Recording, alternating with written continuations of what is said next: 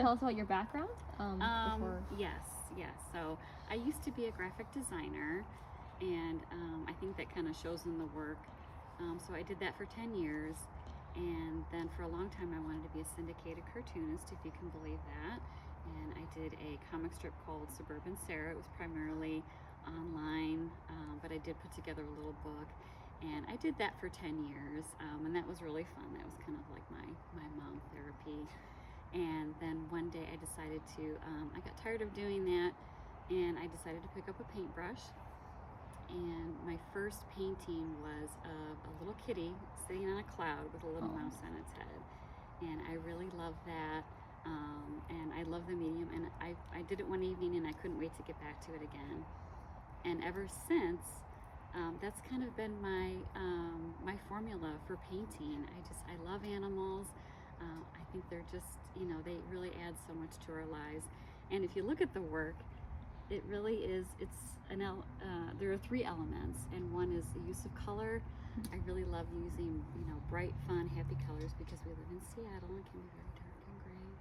So it's fun to break out, pink and orange and yellow, in a gray, cloudy day. And then of course a companion animal, usually it's a dog.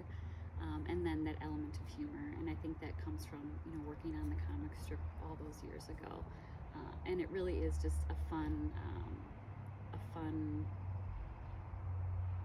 way of painting, and it's like my own little formula, I've noticed. So if I had to break it down, I think that's what it is. It's color, an animal of some sort, and then a little element of humor.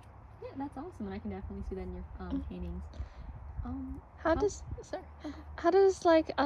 art bring joy to the community, do you think? Oh gosh, I think, for me, I've been able to, people that love it, I've been able to donate. I had my work at Homeward Pet for 6 years. That was a really fun way to it was a natural fit, right? Yeah. Because, dogs, but I've also donated to Seattle Children's. There's a wonderful nonprofit that I learned of called Bridge of Hope. So it's been really fun to give back to the community in that way as well, and I think that's important as artists as well. We kind of tend to be, I don't know what I'm saying there. You can edit that out. Yeah, no worries. So that was good. And to get kind of more specific and more broad at the same time, oddly enough, how would you say art has impacted you? I think it's just a really wonderful, fun way to live your life. It's a wonderful way to make connections with people. When I do a commission for someone and they choose me, I know that they're looking for, something that's uplifting. And a lot of times their animals passed away. And as people come to me 7-10 years later, like, I lost Snickers, and if I don't have a very good photo. So I really try to work, as best to my ability to kind of bring that animal spirit, kind of back to life in this wonderful, happy painting. And when people come to pick it up, a lot of times there are tears, but ultimately I hope that it brings joy to them and they can remember their pet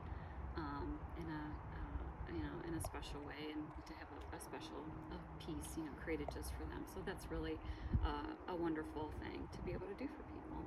That's awesome. Yeah, I love that. Is there any last words you'd like to say? Any advice, comments about yourself? No, that's fine. No. Same answer as last time. So. Well, Thank you you so much. It was good to see your work again. Yeah.